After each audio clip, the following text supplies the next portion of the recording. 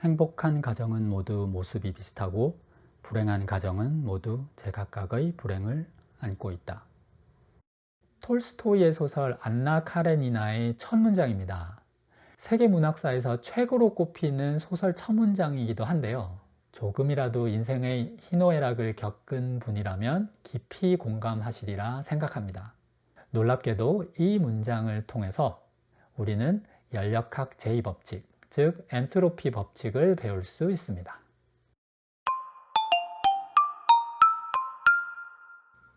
안녕하세요 여러분, 피도 교수입니다. 연력학은 물리학의 한 종류인데요. 열과 에너지에 관한 다양한 이론과 그에 관련된 기계 장치를 배우는 학문입니다. 응용 분야가 매우 다양하기 때문에 순수 과학을 넘어서 공학에서도 매우 깊이 다루는 학문입니다.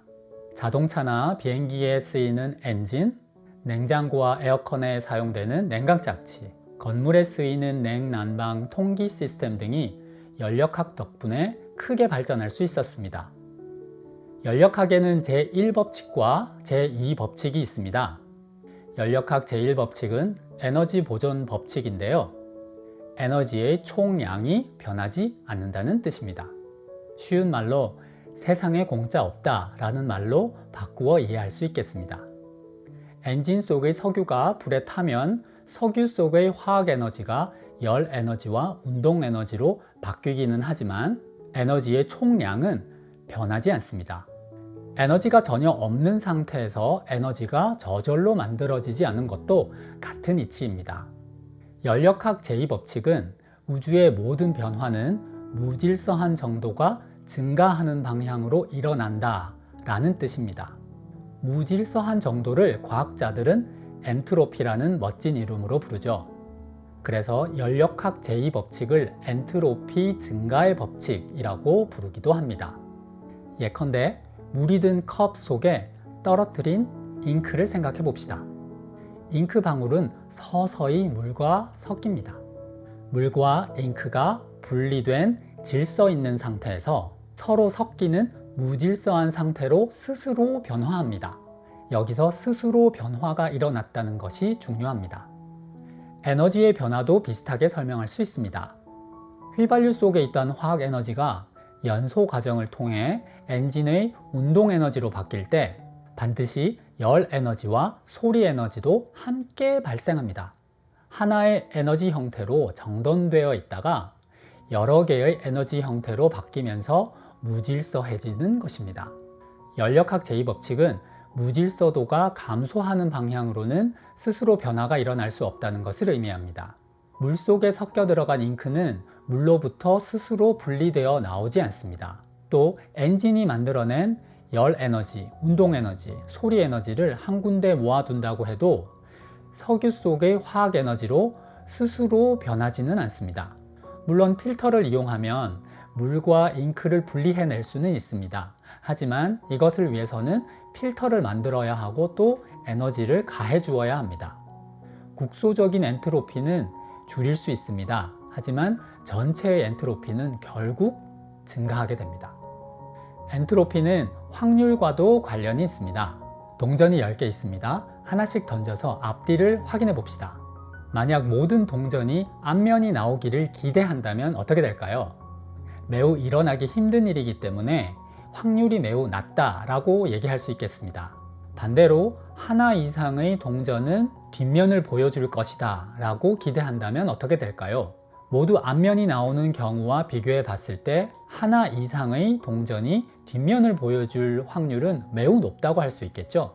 이렇게 확률이 낮은 사건과 확률이 높은 사건을 비교해 봤을 때 확률이 높은 사건이 엔트로피가 높다라는 것을 알 수 있습니다. 앞에서 이야기했듯이 연력학 제2법칙에 따라 엔트로피가 증가하는 방향으로 사건이 일어나게 되고 그 일어난 사건은 바로 확률이 높은 사건일 것이기 때문입니다. 이것은 매우 단순화시킨 설명이고요. 관련 학문은 오래전에 오스트리아 출신의 물리학자 볼츠만에 의해서 매우 정교하게 정립되었습니다. 통계 연력학의 대부라고 할 수 있는 볼츠만은 자신의 묘비에 이런 수식을 하나 남겼습니다. 엔트로피는 확률의 로그 함수에 비례한다 라는 뜻의 수식이고요. 통계 연력학에서 매우 중요한 볼츠만 방정식입니다. 자신이 만든 공식 하나를 묘비에 남길 수 있다면 과학자에게는 큰 영광이 될 것 같습니다. 연력학을 보고 있으면 세상 일이 왜 우리 마음대로 되지 않는지를 간접적으로 이해할 수 있게 되는 것 같아요. 노력 없이도 돈이 좀 생겼으면 좋겠다라고 생각할 수는 있지만 없던 에너지가 갑자기 나타나지 않는 것처럼 돈도 저절로 생기진 않죠. 또 사람들은 뭔가 잘 정돈되고 계획대로 일이 진행되기를 바라지만 그런 일은 무질서도가 유지되거나 감소되는 방향이기 때문에 우리의 노력 없이는 저절로 일어나지 않습니다. 자, 톨스토이의 소설 안나 카레니나의 첫 문장을 이야기해 볼 시간입니다. 가정의 행복을 지켜내는 것은 쉬운 일이 아니죠. 무엇보다도 가족 구성원들이 서로 사랑해야겠고요. 건강해야겠고 또 경제적으로도 어느 정도 안정되어야 하겠습니다. 더 나아가 사회적으로 지탄을 받을 만한 일을 한 가족들은 비록 서로 사랑하고 돈이 좀 있다고 하더라도 분명 행복한 가족이라고 얘기하기는 힘들 것입니다. 가족의 행복을 위한 조건들을 앞에서 이야기한 동전과 연결시켜서 한번 이야기해 보도록 하겠습니다. 가족의 행복을 바라는 것은 마치 동전의 앞면이 나오기를 바라는 것과 비슷하다라고 생각해 봅시다. 사랑이라는 이름의 동전에서 앞면이 나오기를 바라고 건강이라는 이름의 동전에서 또 앞면이 나오기를 바라는 식으로 말이죠. 이 수많은 조건들 중에서 어느 것 하나라도 심각한 결핍을 겪게 되면 그 가정은 행복하다고 말할 수 없을 것입니다. 그림에서처럼 이 모든 조건이 만족되는 경우는 딱 하나 있습니다. 여기서는 이것을 가정의 행복이라고 정의해 보도록 하죠. 하지만 몇몇 조건이 만족되지 않는 상황은 이렇게 여러 개가 존재합니다. 바로 불행한 경우죠. 자, 톨스토이가 말한 상황과 매우 유사하죠. 행복의 모습에는 다양성을 찾아보기 힘듭니다.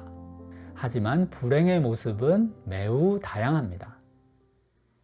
이렇게만 보면 엔트로피 증가의 법칙은 우리가 행복하게 살 수 있는 확률이 매우 낮다는 부정적인 생각을 주는 것 같습니다. 하지만 조금 더 들여다보면 아주 단순하지만 희망적인 메시지를 읽어낼 수 있습니다. 동전 이야기에서 보았듯이 인위적인 조작이 없다면 10개의 동전이 모두 앞면이 되는 것은 매우 희귀한 사건입니다. 하지만 우리는 국소적인 엔트로피를 감소시킬 수 있는 존재입니다. 바로 시간과 노력을 들여서 말이죠. 비록 몸이 좀 피곤하고 시간이 좀 들더라도 가족 구성원 모두 서로 사랑하고 배려하고 양보하는 노력을 하고 건강을 지키기 위해서 운동을 하고 또 경제적인 안정을 위해서 열심히 일을 하는 이런 노력과 시간을 들인다면 우리는 충분히 행복해질 수 있다는 메시지를 여기서 읽어낼 수 있습니다. 마치 동전을 하나하나 임의적으로 앞면으로 바꾸는 것처럼 말이죠. 결국은 이런 노력들을 통해서 우리는 국소적인 엔트로피를 감소시켜서 행복을 만들어내는 것입니다. 너무 교과서적인 해답인가요? 때때로 위대한 진리는 단순함 속에 있기도 하니까요. 오늘 준비한 내용은 여기까지입니다. 영상을 봐주신 모든 분께 감사드립니다.